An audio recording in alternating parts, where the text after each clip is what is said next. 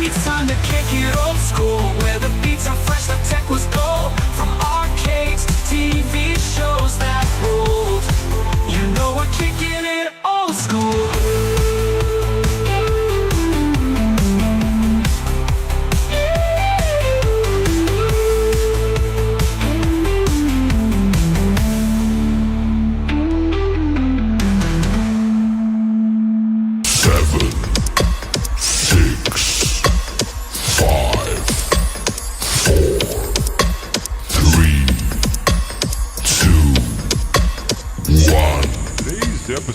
is brought to you by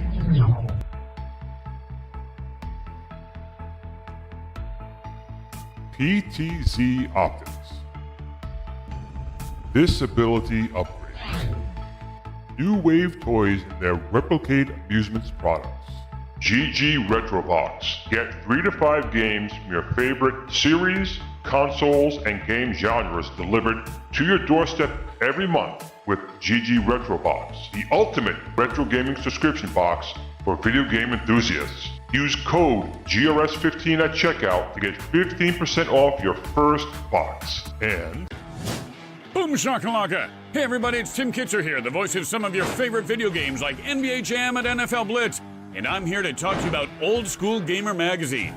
It's the magazine for retro gaming, and it's exploding. Kaboom! Print issues come out every other month, and if you want to go green, digital options are available. Visit oldschoolgamer.com and subscribe now. That's oldschoolgamer.com. Boom shakalaka! Kaboom!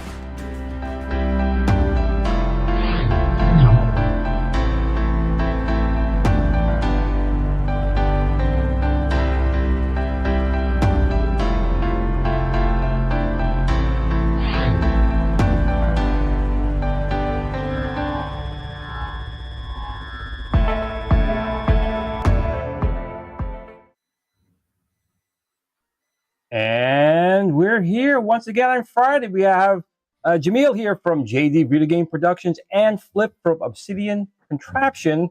We'll be talking to them today on Valentine's Day. Let's show some indie love for the guys in the indie group, right? Guys, welcome. Cheers. Before we get to you guys, we have to go through the chat and say welcome to all the people and give them some Valentine's Day love, of course. So let's see what we got here tonight. We're starting off. We have Paul here. Paul, happy Valentine's Day to you. Calvin Wong. We have Rotundo here. We have Jason, our resident AI and moderator of our chat. We have ELO here today. Happy Valentine's Day. Retro Eric, J-Rod. We have Trump or Die here on Valentine's Day. I think there was a movie called My Deadly Valentine. My Bloody Valentine was a movie from the 80s. I remember that one. Who else we got here tonight? We have Jim, the Pacers fan, welcome. We have Gramps Arcade, happy Valentine's Day to you. We have ERJ here, or Urj. Oh, it's Urj here today. Happy Valentine's Day to you. Meatball Saucy here, welcome. Of course, Brooklyn Menace. One of these days, one of these nights, we're going to do some little miniature golf on VR, since everyone's in VR. We're talking about VR maybe later with you two guys as well, but VR is a big thing now. For sure. Odd But Cools is here. Happy Valentine's Day to you. John J is here. B. Kirby, the Chicago arcade guy, is here. Make sure we got everyone. Steve M is here. Welcome. Kalel64. Bill's Retro Gaming Show. Big kisses for you here on Valentine's Day, my friend. Paul Barris is here. Goofy Foot also. Welcome to the night, to the weekend. J-Rod. P-Dubs Arcade Loft. Well, he knows he's getting a kiss from me. He knows that already. So, P-Dubs. Welcome here, my friend. I think, Molar Medic is here. Zero Redux, of course. Happy Valentine's Day to you. Adam Caleb as well. James hates everything.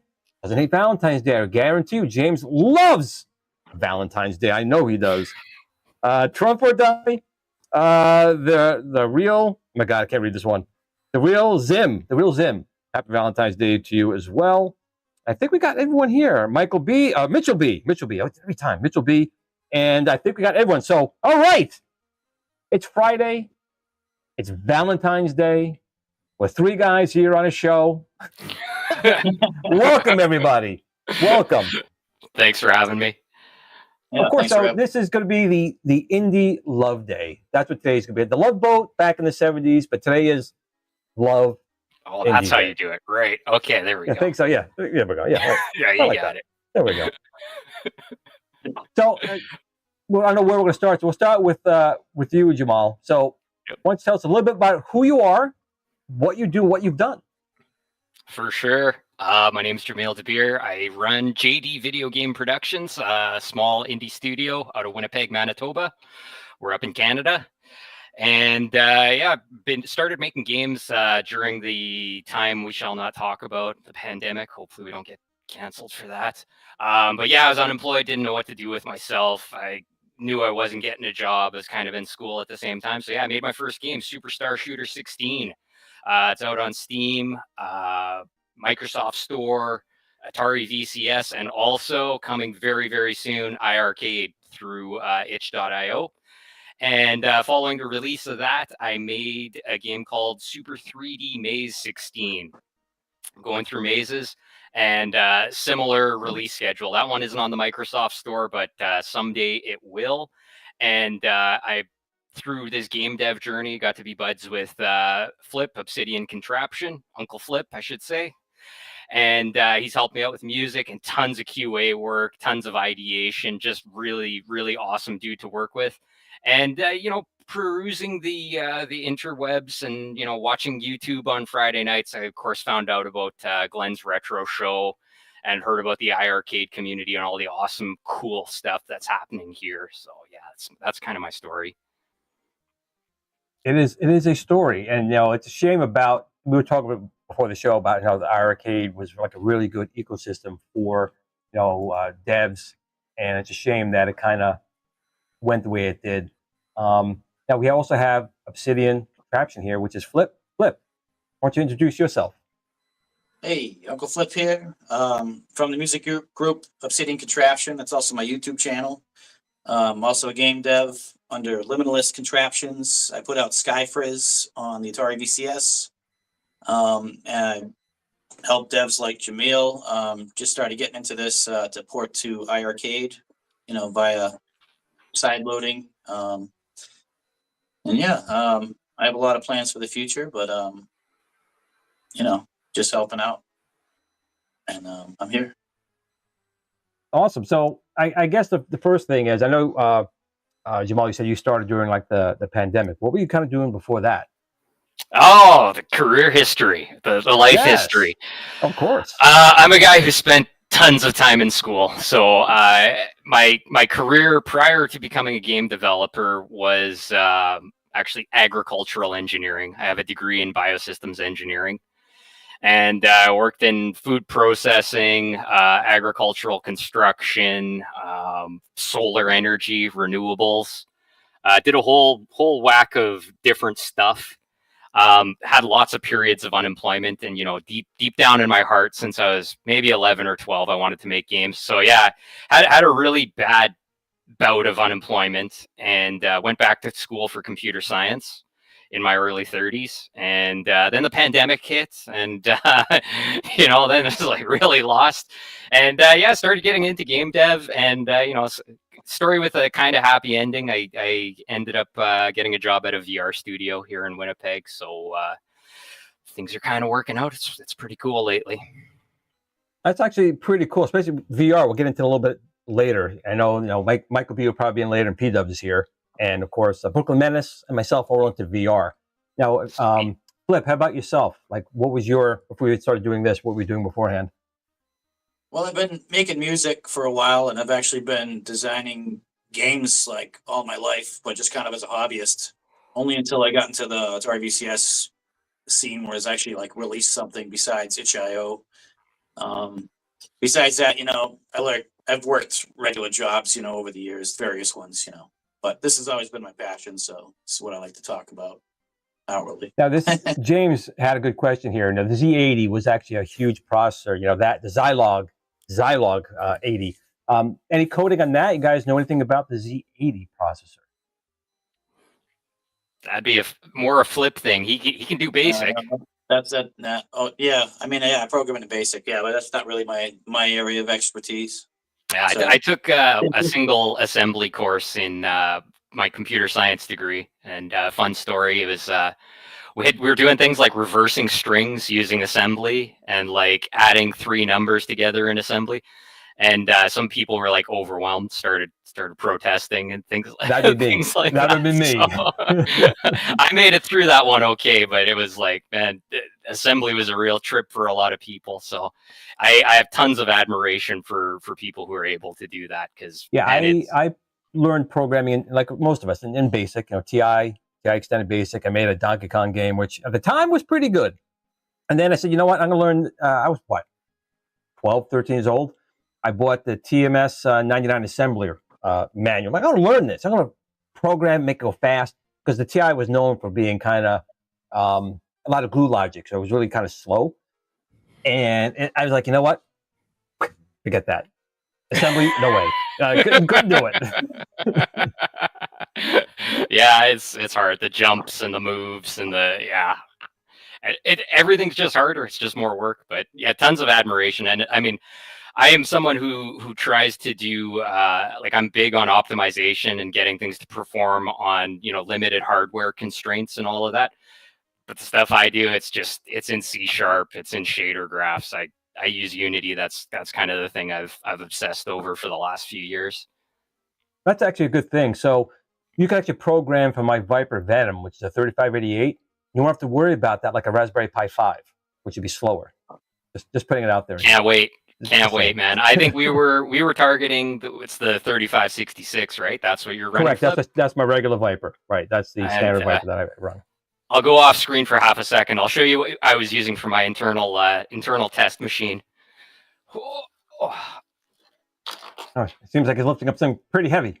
No, tiny. So this year's Google Chromecast HD has a four core ARM processor. Costs about, I think, $40 at Best Buy.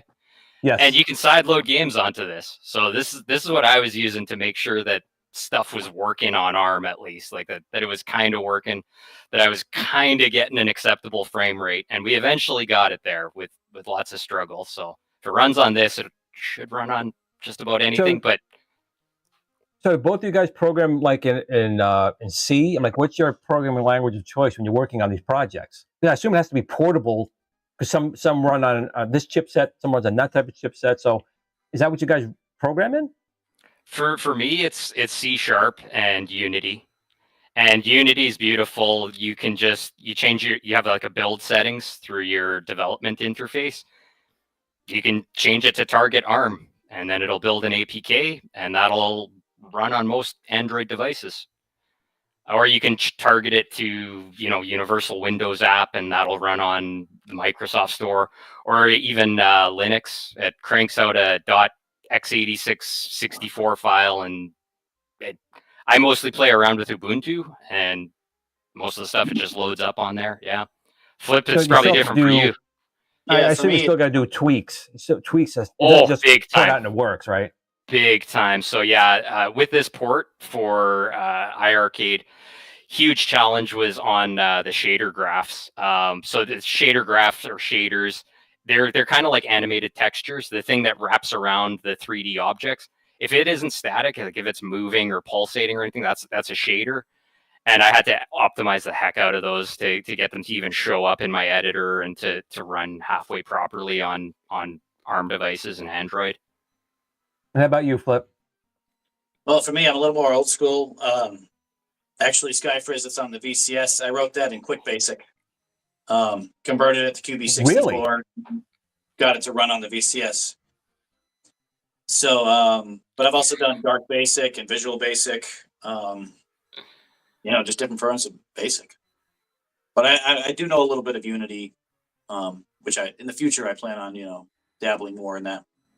Now, you guys, I mean, Flip, I'm not sure how old you are, but Jameel, you look a little bit younger than me. Maybe it's just you have good genes, you have good hair coloring. But how do you guys feel about, like, you know, when computers came out and we were kids, you know, it came with BASIC, right? You had this thing out of the box, and kind of the point of the computer was you learned about the machine, you learned to program your own stuff, you keyed stuff in books. That's not really the case anymore. I mean, yeah, people can get into programming, sure, but it was a very different time back then. How do you guys feel about, like, the first time you got a computer and you're like, it's this magic box where you kind of, your imagination was your limit? How do you guys remember that, and how do you feel like converted to today? Okay, so when I first started, I think the first one I got was a Commodore VIC-20 with the whole tape recorder on the side hooked up to the TV. So I had the basic book with the little computer head guy, and I put in the codes for that, learned how to make like a breakout style game, and then I started making. Actually, I made the first version of SkyFrizz on that. Really? And then which is, you know, erased from history. It's not, you know, I don't have that anymore. But the one on the VCS is technically the third iteration of Skyfrizz. Yeah, I liked that you get a computer, it didn't really do anything unless you made it do something. You know, you learned how to code. Nowadays, of course, they're useful for a lot of things, you know. But yeah, you really have to delve in. I never went as deep as assembly or anything. I don't think that's really necessary. And I think things like Unity are good because you can make a game and you don't have to build the engine first. You know, it's like you have this groundwork already done for Well, how you. did you feel about when Unity kind of changed their, I guess, their usage? It's the billing structure. Yeah. Yeah. Doofus move on their part. That's all I can say. And then they had to pull it back. But did they fully pull yes. it back? Yeah, they did. The one thing that's happened that's kind of negative over the last year is they've increased their licensing costs. But that primarily, I mean, it's actually going to affect me because I'm planning to port to a very specific console that I'm under NDA with that I need Unity Pro for. But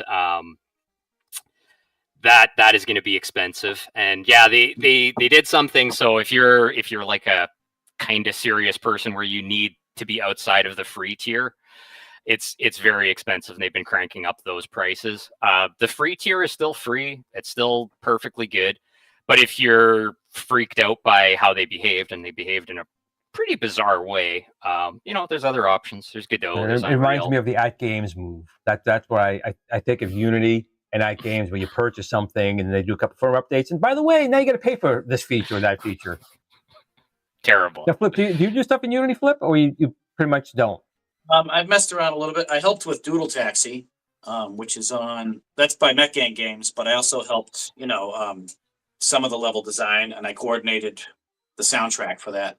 So I have done some Unity work in Doodle Taxi, but my function in Doodle Taxi was mainly testing.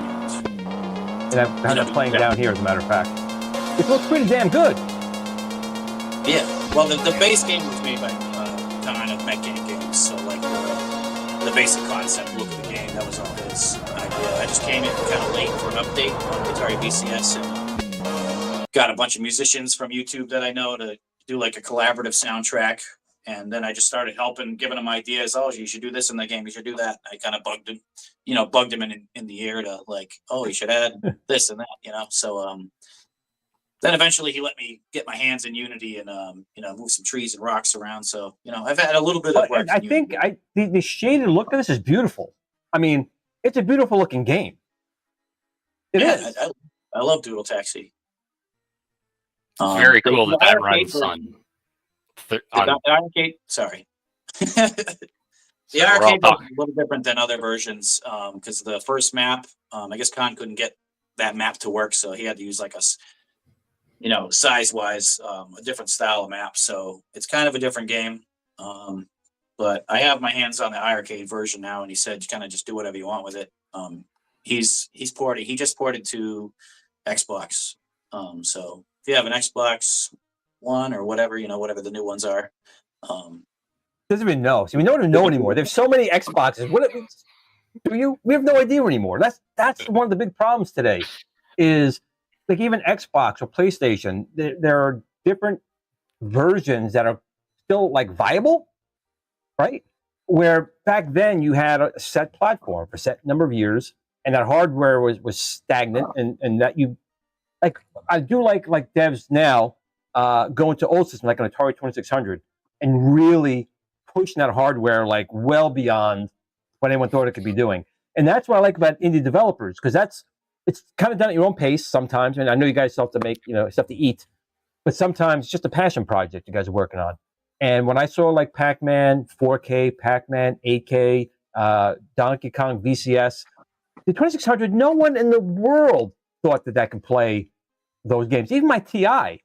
My TI, it was the first 16-bit computer. Yeah, it had great color graphics, went into ColecoVision and the Atom, yes. But it was a 16-bit processor crammed into an 8-bit machine, and it ran like shit, no offense. And then a gentleman made a version of Dragon's Lair, and it blew my mind. It was full motion video, no special that's- hardware in the cartridge, and it had the music. It blew me away that was even possible, even on the Timex Sinclair 1000, which is literally, the most basic computer out there. It was a $99 computer back in the 80s from Sinclair. They actually got Dragon's Eye working. It's black and white, obviously, and no sound. Just to play full motion video on a machine that when you press A, the whole screen's got to go blank. A, you press B, the whole screen's got to go blank. B, to do something like that. And that's where I take my hat off to you guys, because you guys, like you're saying, when you were saying, Jameel, a minute ago, you try and creak out and get as much performance out of hardware that you can. And that's not easy to do. It makes some people drink, like me and Flip. And yeah, so other tips for anyone who's kind of listening, pulling out AI upscaling was a big hack on this. So I used AMD's Fidelity Super Resolution version 1, and surprisingly that works on these little mobile chips. And wow. Yeah, we were able to crank the frame rate way up using that. So that was a huge benefit to me. It made life a lot easier. Real quick, Gallagher 88. It's just a margarita, just standard margarita tonight.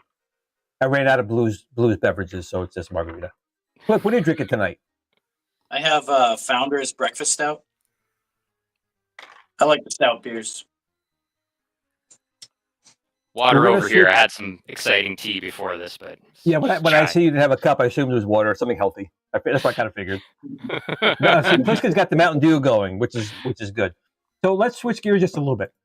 I'll ask you a couple quick questions, and I want to jump into something a little more recent. So obviously, when you guys were growing up, obviously, Flip, you said you had a Commodore when you were growing up. Was that your first machine, first electronic device you plugged into a TV set? Was it a console, or was it that Commodore?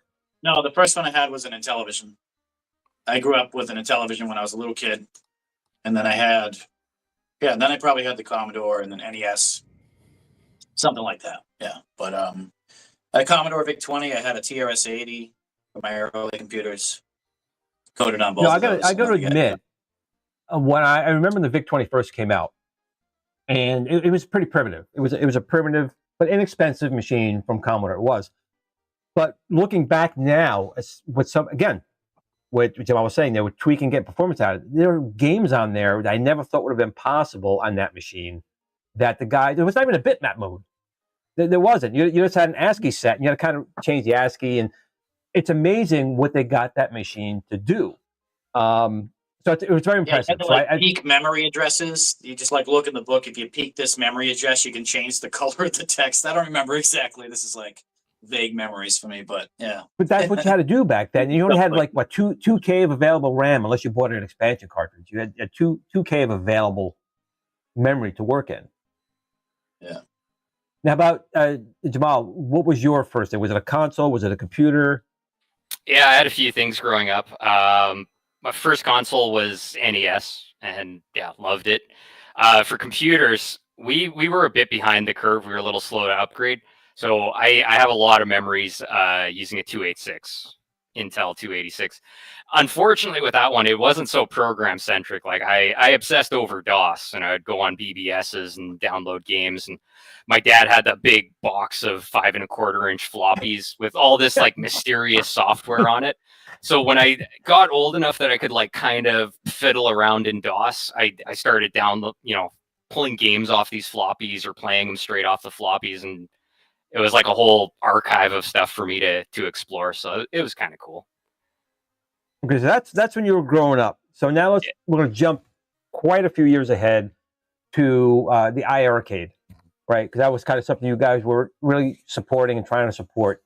How did you first get involved with supporting that system? What was both of your fortes into that, and what games did you release for that architecture?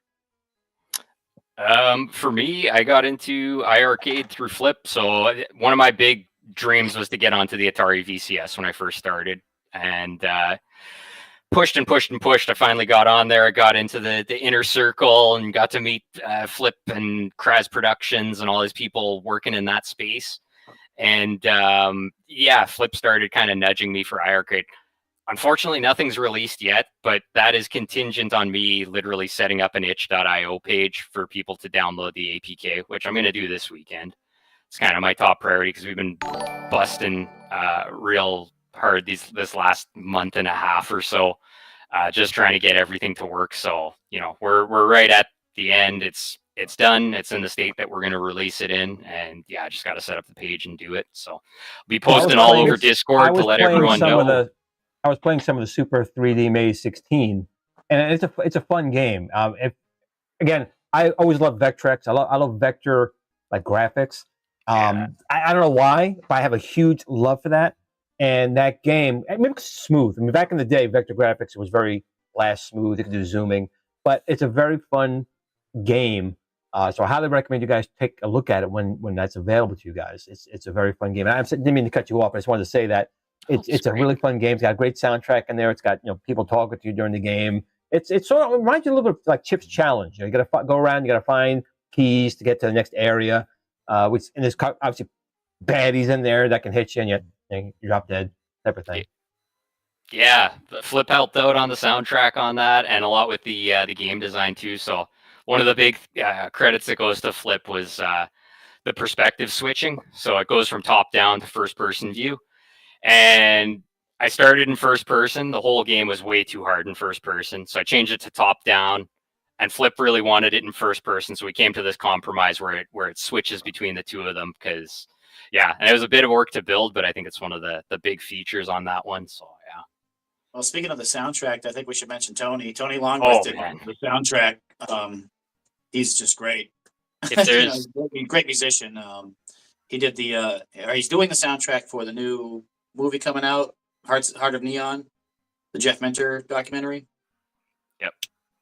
Yeah, so we've got a big shot star musician. I love the guy. He's awesome to work with. So good. And yeah, he had reached out to me, and yeah, we got to talking, and he's always in the right place at the right time. And that's a good thing too. It's a tight knit community, like I said, Flip and these other people. You kind of little doors open. You struggle for a while. Then once that door, you get in that one spot, you meet these people, you see what you could do, and it becomes a little bit easier. Right? You get all these other people that can either help you out doing it or help you promoting it. Like I'm going to promote right now. Hobby Hands did a super chat, $2 super chat. That was kind of a K19 Fox ripoff of a pushing thing. Hobby Hands $2 super chat. I was poor. I had a Cyrex in my first DOS PC. I actually had a couple of Cyrexes, but before we do that, Blue wants to say thank you for the $2 super chat. I'll give him a milk bone later. Love it. He likes his milk bones. So yeah, I remember back in like the 90s, everyone was making a processor then. You had the Intel chipset, you had AMD, then you had Cyrex. There was another company as well. I can't remember the name off the top of my head, but there was like a bunch of them. And I bought a couple of Cyrex because their 586 was really cheap. And performance wasn't too bad. I mean, again, for the price. But nowadays, AMD and Intel is kind of like dropping off the map, honestly, for a lot of things. Yeah, 13th gen wasn't great from what I've heard, or 12th and 13th. Yeah. Not so good. Now, Flip, how did you get started getting on the iiRcade bandwagon? I know you're very much into it as well. And again, I love the machine. It's one of those things where I thought they did a lot of things right. And I guess the money, the cash flow just didn't work out in the end and it went under. How did you get involved with it? I think I started, I was watching some different YouTubers, like arcade channels, like P-Dub's Arcade Loft and some other ones. And just kind of caught wind. I kind of wanted to get some home arcade cabinets because I didn't have any at the time. I originally got the big electronics Midway cabinet used. I don't know if you remember that one. I do. Everyone said that. I don't have it, but the wood was very thin. Oh yeah, the wood was super thin. Yeah, it was very thin. It was broken. I got it for like $100 off like some dude locally. But then I heard about iiRcade and I got one. I got the Dragon's Lair cab and before I ever got a 1-up. And obviously everyone knows the iiRcade's like way better than any 1-up. But Is it over here? I'm trying to see I where don't know. mine is. Kind of, you know, I got the arcade, started buying games, watching the YouTube channels. I was actually, I played on that. You remember they did that one There we go. Space Invaders competition live? Yes. Yeah, I played on that. That was cool. It was the first time I was ever like live on YouTube.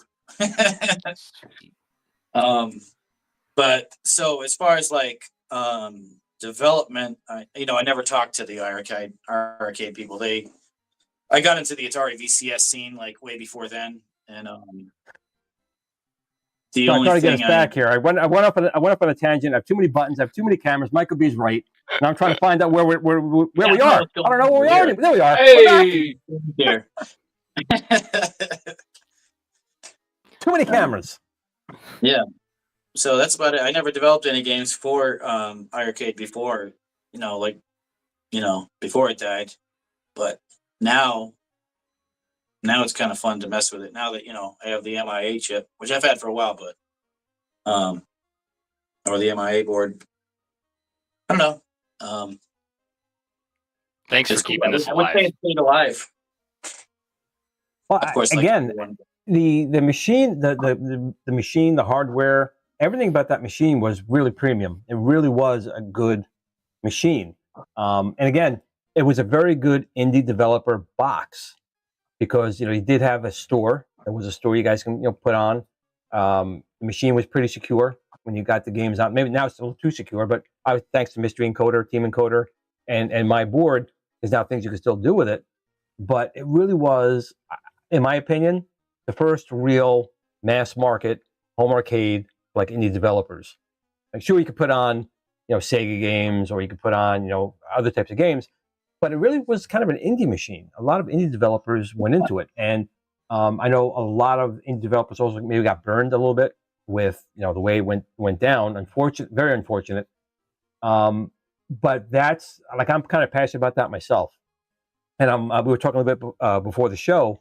Is that me and my team would like to be able to offer that in our ecosystem, right? To have indie developers be able to make stuff for the FU, the Build-A-Cade, and other products coming out with, to make sure they can get some compensation for it. But the big thing is, as we know when we were kids, don't copy that floppy. But of course, kids are kids, and we copied that floppy. And if we couldn't copy that floppy, we kept finding a way that we could. So that is kind of human nature to one point. But as adults, we all realize we all have bills. We have to eat. We have families we got to take care of. So when someone's putting a time into a game, they should be compensated for. Unless, of course, they release it knowing I'm making a free game. This game is for free, and that's it. So we T-Sticks, Arcade, have to come up with a way where we can hopefully offer something along those lines. It's something we're looking into. I don't know when that would be available, but I would love to have any developers use our platform as a new, like I said, iiRcade version 2.0 to kind of do these type of things. Yeah. Now, as far as what you guys are working on, like, what do you guys? I know you said some things you said you couldn't work out. You had a project, you had NDA, but do you have anything outside of that you guys are kind of working on or want to work on? Like, what's a dream project, perhaps?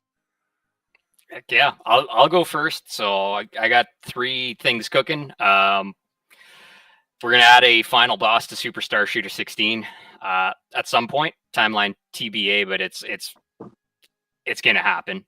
We're gonna add 4 more levels for Super 3D Maze 16. That's gonna be happening pretty soon. I'm gonna be working on that over the next few months. And we have another game in the pipeline. It's extremely ambitious, though, so I'm going to have to play around, find some funding, or I got to make a little more revenue, maybe with that top secret project that won't be top secret eventually. Yeah, so that next game is Super Cyber Borders 16, I think it's called. I put it in the shelf for a little bit, but yeah, it's going to be like ski free except with automatic laser guns and stuff, and you'll get to kill the Yeti, and it'll have 3D perspectives, and very, very ambitious. So hopefully that comes to light in the near future. So yeah, those are the big few things. That's the next couple of years plan for me, honestly.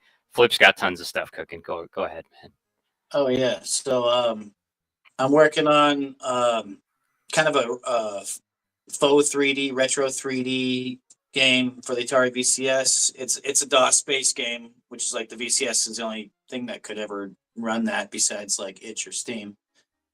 But it's gonna be kind of like a wizardry kind of look, but a little more puzzle oriented. So that's one thing I'm working on. And I'm looking into 7800. Coding. But Sweet. that's just I'm just kind of doing some experiments at this point. So nothing like solid. Now, what are you but I what are you definitely coding? like What are you coding that game in on the 7800? 7800 basic. So that's what I'm starting with. I don't know if I'm going to have to tap into assembly. I really don't know assembly. I'm just learning. I'm experimenting with that. So I have nothing solid to say about that. I'm looking into it because I would like to put out a 7800 game, at least on the VCS. I don't know, maybe a cartridge. I don't know. Who knows? There we go. And in the future, I do want to tap into Unity, but I also have a handful of dark basic games that I haven't released that I'm just sitting on. I just have to find a way of porting dark basic, translating into something else and getting it to work. If I could get anything to work on the iiRcade, I will. I don't know if my quick basic games will be able to get on there or on arcade, maybe. I don't know. I have no idea on that. Stuff I have to look into. Besides that, I do a lot of help with other developers too. Like I help Jameel out. I'm on the Sideboarders team. I'm going to be doing a voice on one of those. Yeah. On that game. Flip's voice in Super 3D Maze on the intro screen too. When you hear that yell out. Yes. Super Okay. I didn't know that. Super 3D Maze 16. Hey, there we go. Yeah.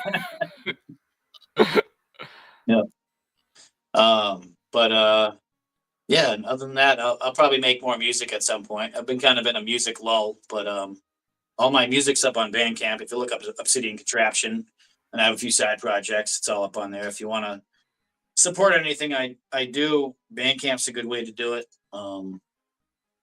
Or buy Skyfrizz on the Atari VCS. Yeah, that's what I got. What do you guys think as far as being, individual developers, indie developers? Like, what's your biggest challenge? Is your challenge getting out of platform, or is your challenge getting paid from that platform? For me, yeah, getting onto platforms can be tricky.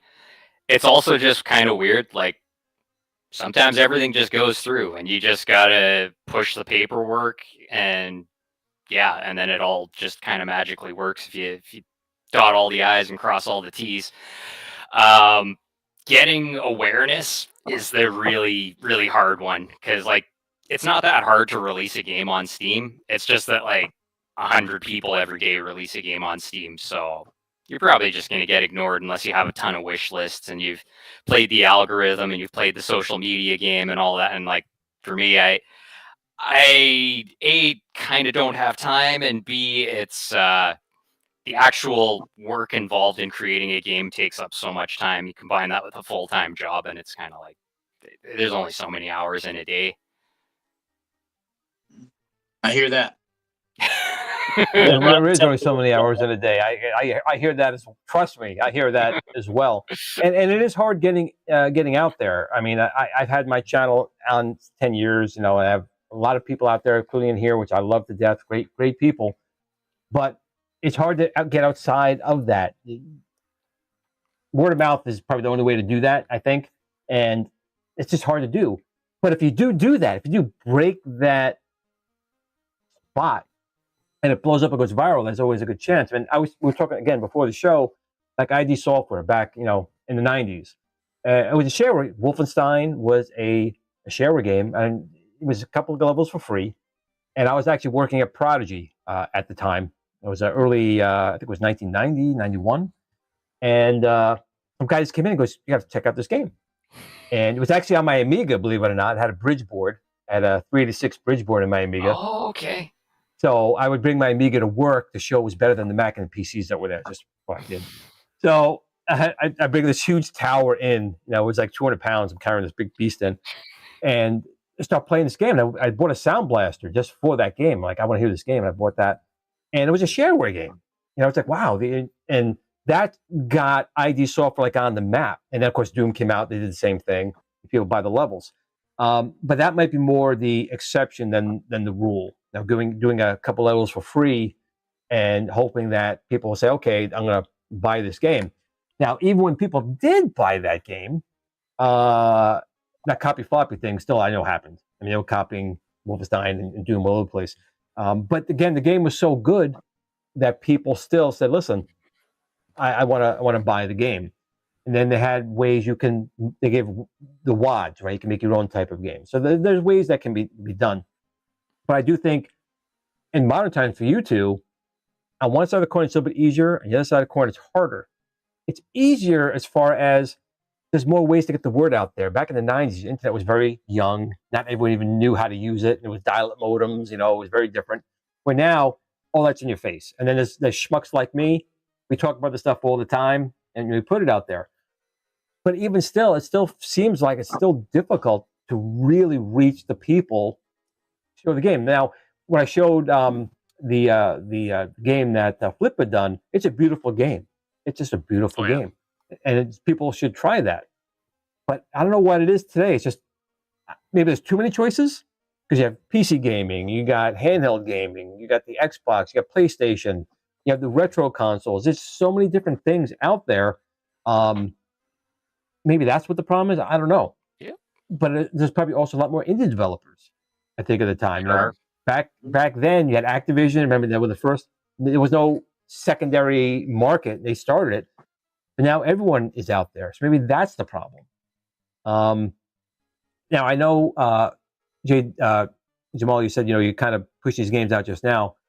Have you had any game out there that's given you some pretty good success? And same thing to you, Flip. Have any games out there that's given you pretty good success?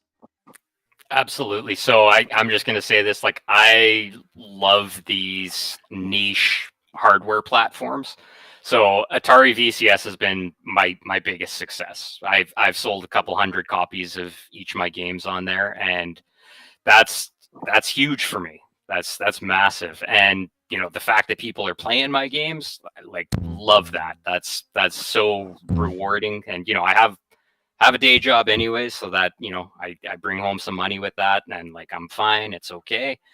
But yeah, having that little extra bit, it helps so much. And it's just such a good feeling when people are playing your games and you're on that Discord and they're saying, oh, hey, thanks for bringing this to us, we love it, thank you. And I put the scoreboard in there and they love that, and it has the classic controller spinner, and it was fun for me to figure out how to use that hardware too, because it was pretty tricky in its own right. So yeah, going through all those challenges and getting the validation at the end is really, really good. And it's how you slowly start building a following, because there's maybe a couple hundred people who played it, but there's probably 5 or 10 who are just bring me the next thing, please, and you start building a bit of a following like that, and eventually you'll have something good. So that's why I'm stoked about iiRcade. I'm stoked about iiRcade. When the time comes, I'll be one of the first to be on iiRcade if you're taking indie devs. And yeah,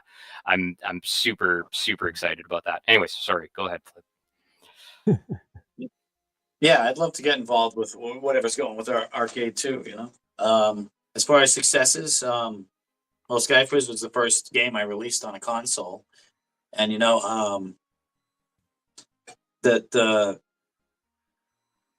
amount of exposure you have on a niche program, a niche console, like Jameel said, is just great. I remember one of the devs that's put stuff out on the VCS put up this pie chart one time, and they showed Xbox and Steam and Atari VCS and just the general of how much they made, but Atari VCS actually beat Steam and Xbox as far as sales. Really? Kind of interesting. And then the rest of the chart was PlayStation, but ignoring PlayStation, it was the VCS was because pretty much if you have an Atari VCS, you're waiting for a game to come out. Oh, I hope they put out a game this month. I hope someone does. If someone does, you buy that game. I would love to see more indie. I don't want it to die. I think they should have more indie developers get involved with it. and put out all the Atari IP that they own on it if they can get it.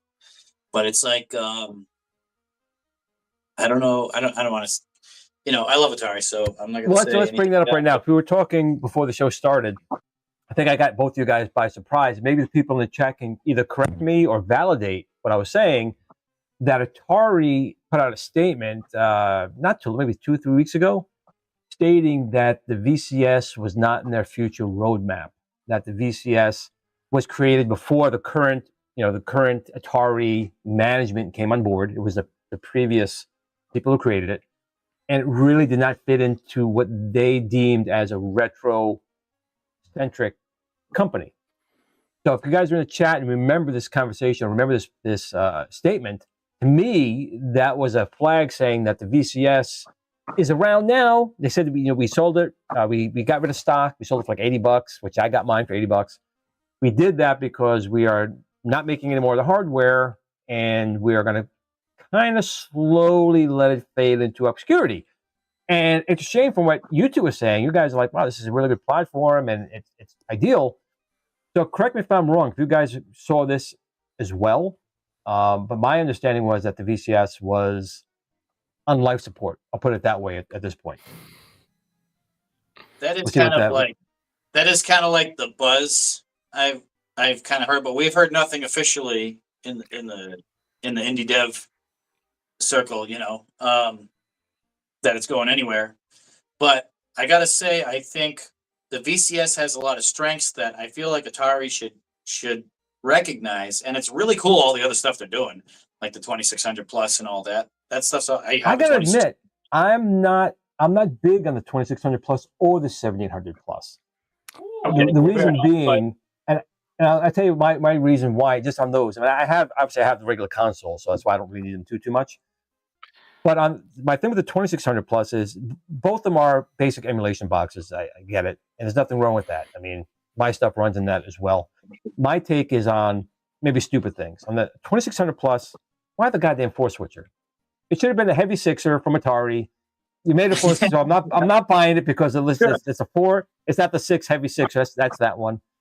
And on both of them, one thing that gets me is I have a lot of cartridges. I do have a lot of game cartridges, but I also have flash cartridges. I play a lot of like Pac-Man, AK, games that people created for free, put on there. They can't play them.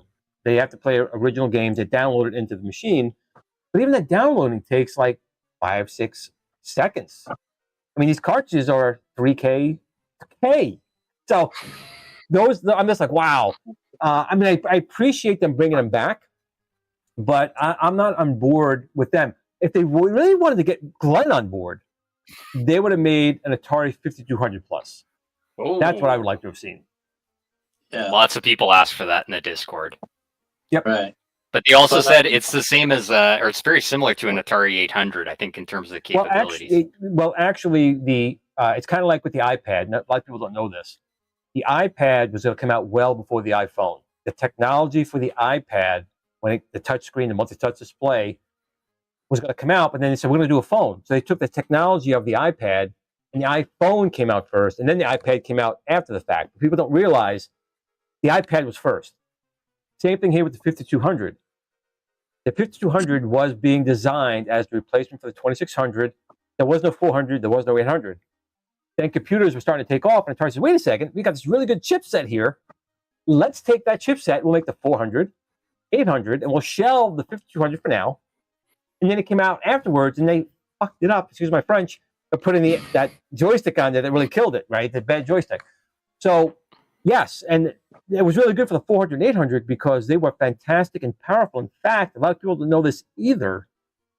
Before IBM came out with the PC, they were this close, well, maybe that close. They were that close to purchasing Atari simply for the computer division, and the IBM PC was going to be really the Atari computer chips, the computer line. That was going to be the original PC, but of course they obviously did not, and they went the other way. So Atari was at the center of so many things back then. I mean, Apple wouldn't have existed if it wasn't for Atari. A lot of these computer companies wouldn't have come out, and the chipset in that 400 and 800 went from 1978, really, until mid-90s. That's a long run for a computer. It was well before the 64 and held its own. I could take, when it comes to Atari, I can babble forever. I got to let Glenn shut up for a minute. But that's my thing with those two. They're nice, I guess, if no one has them, but I would have preferred a 5200 plus or a Jaguar plus, something along those lines. The 2600, it's like arcade done up. More Pac-Mans, more Street Fighters. I don't need them. They've got too many. Make something new. Right. That's my thing. But if I could just continue on my point about the VCS, because I really want to if Atari's listening out there, the cool things they about might the VCS be. Actually, might be. They might be. You have the 7800 and 2600 games on there, and the homebrew games. Now they own Atari Age. Every single one of those Atari Age games should be released on the VCS.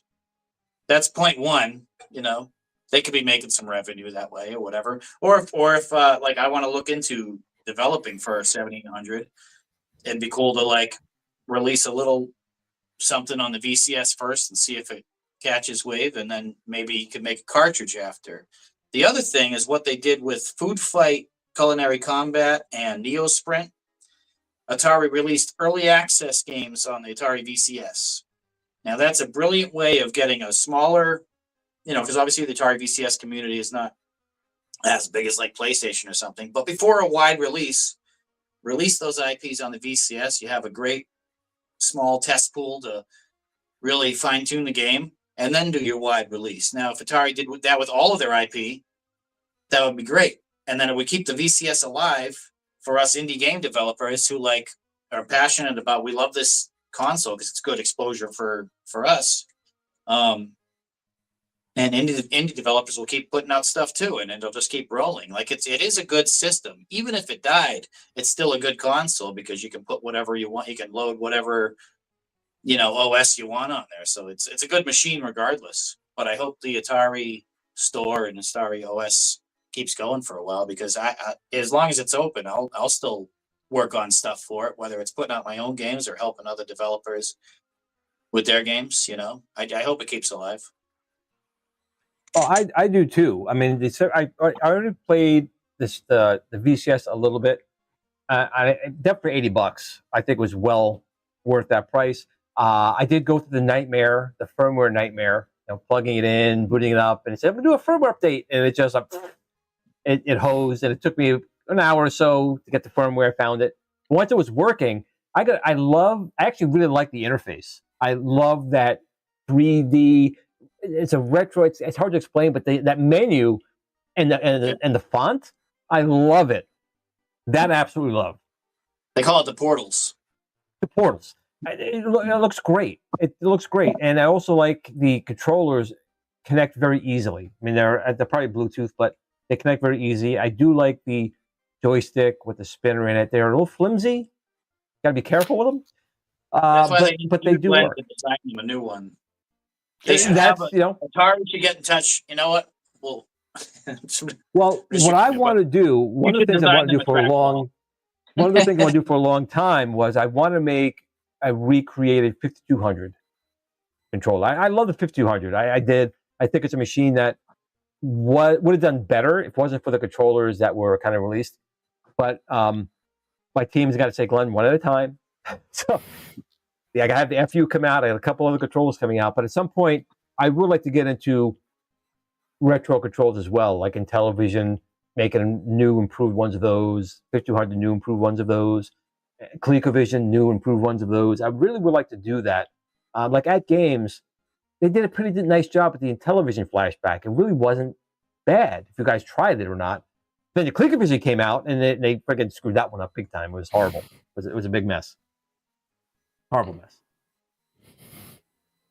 I gotta say, Glenn, a lot of people in the Atari Discord community and stuff in the past have mentioned trackballs. They really want Atari to put out a trackball for the Atari VCS.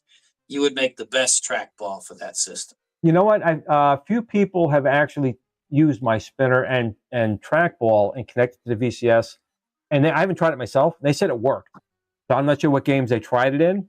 but I've seen in a couple of Discords, I think they were using Centipede and was actually using my Build-A-Cade, my 1/6 scale little trackball. He was using that in the game and then spinner, and he said it worked. So I haven't had a chance to try it myself, but if the game supported a mouse, my trackball and spinner, in theory, should work with anything that it's just seen as a HID, device. So it should work. And I would love to do that. I mean, that was the one cool thing.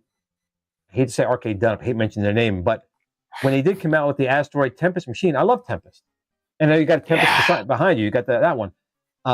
They just did a really crappy controller. Well, no, I do have a Pac-Man, but I got that really cheap. Yeah. So, I mean, for certain things like that, I mean, it's great. And keeping those games alive. But having the right controller is key, right? Playing that with like on the Jaguar, that Tempest 2000, which was a great game. But with the joystick, it's not as good. Now, a lot of people don't know this. You can make a modification to your joystick and put a potentiometer in there. And I think you held down 3 buttons and it opens up another sub-menu saying you want to play it with a spinner. And it will enable that in the menu. And then it burns it to flash on the cartridge and it'll keep that on. So if you guys didn't know that, you can play Tempest 2000 on a Jaguar with a spinner. And if you go on eBay, people make this, the controller. Someone put it on the front. Mine's on the back. You flip it over and my spinner's on the back. And the game is just so much better because that's how the game is meant to be played. It just is. Yeah. Now, going forward, getting close to the top of the hour here, I've kind of talked about some projects, but what did you guys want to bring up? Want to shill your stuff? This is the time to shill your stuff. Shilling time. Pull in here. All right, all the collaborators, I'm going to shill as many people as I possibly can. So I've got jdvideogameproductions.ca. That's my website. Superstar Shooter 16, available on Steam, soon to be on our iiRcade. Atari VCS, Microsoft Store, Super 3D Maze 16, same platforms, coming soon to iiRcade. We'll be posting about it all over the Discords. Uncle Flip will help me promote that one a little bit, and we'll get into all the right places so everyone knows about it. That'll be coming very, very soon. Go check out Tony Longworth. He's on Bandcamp. He helped me out with soundtrack for Super 3D Maze 16, as well as Uncle Flip helped out on that one. All of the narration you hear in Super 3D Maze 16, that's done by Tony Longworth, so it's that lovely British accent. Also, please go check out Kraz Productions. He made the trailers for both of my games, did a really, really fantastic job with both of those. He's also got some software coming out for Playdate, as well as Atari VCS. Got Ghost on the Run coming out soon. Trying to think if I miss anyone. Winston Lusum. You can check out Rift City Rebels on itch.io. He made that in school. Amazing game if you get a chance to check it out. I think that's pretty much everyone. There's also Mr. Gamer. He did some of the chiptune soundtrack that's on Superstar Shooter 16. Search Mr. Gamer, Andreas Rodin. You'll be able to find some of his music. Take it away, Flip. We're running out of time. All right. So I'm in the music group Obsidian Contraption. You can find me on all music platforms, but mainly on Bandcamp. That's where all my stuff is. I haven't did a wide release on everything. You can also buy my game Skyfizz on the Atari VCS. I've also worked on Doodle Taxi, which you can pick up on Xbox, the iiRcade version, which I don't know if it's still up, but and Atari VCS is probably one of the best versions of Doodle Taxi, and you can get it on Steam. I don't know if I said that. Limitless Contraptions, Nelson and Bernstein. Oh yeah. Those are some of my Limitless Contraptions is my game studio. Nelson and Bernstein, that's just one of my side projects with my son, which is kind of funny stuff. You can find that on Bandcamp. That's on if you look up Obsidian Contraption, you see all my side projects on there on Bandcamp. I also want to mention my friend Lost Astronaut Studios just did an iiRcade port up on itch.io for Appleloon 2. That's a free download. So if anyone has an iiRcade and can sideload with MIA, you can get Appleloon 2. Glenn, if I haven't sent you that yet, I can send, but you can just download it from, itch.io. Another soundtrack I worked on was Off-World Rally, which is exclusive on the Atari VCS by GRS Entertainment. Definitely pick that up on the Atari VCS. That's a great game.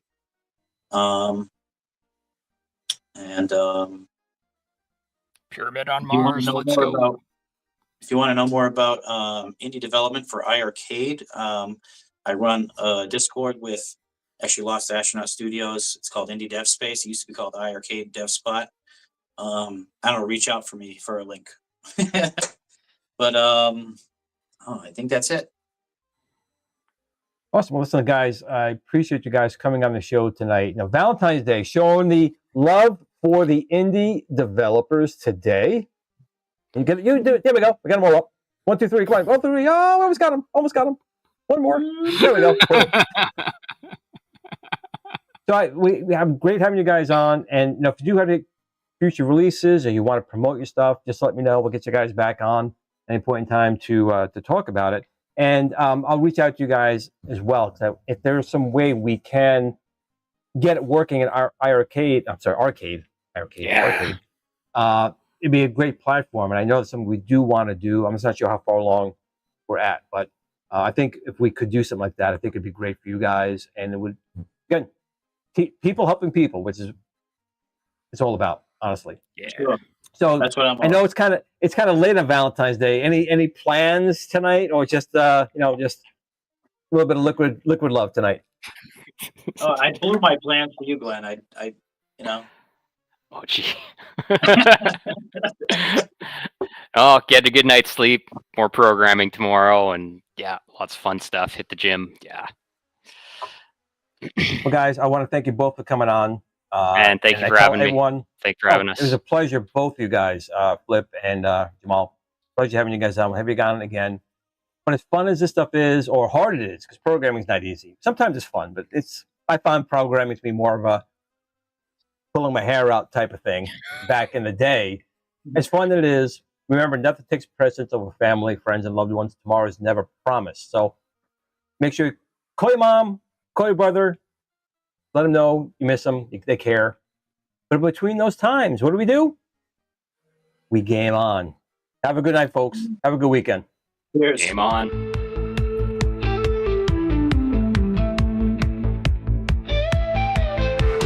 Gluing on cartridges, hit reset.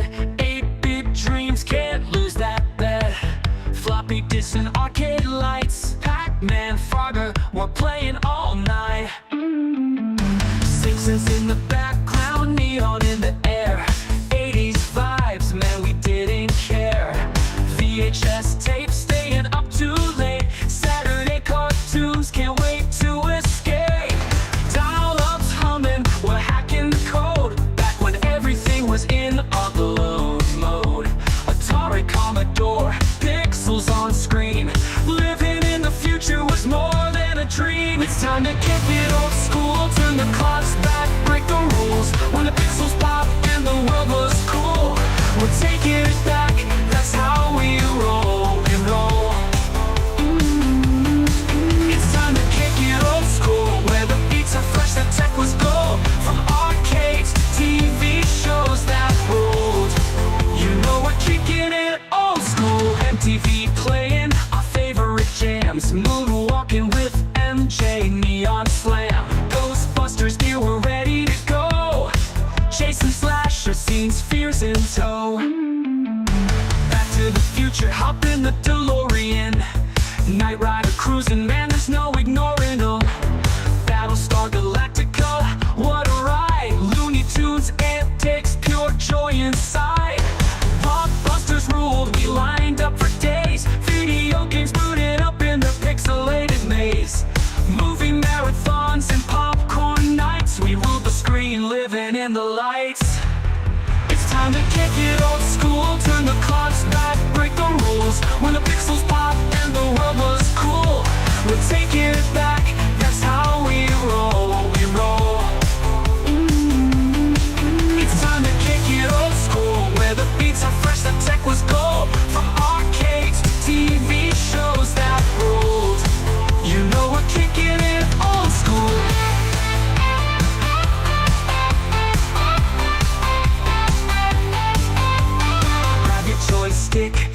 game's about to start.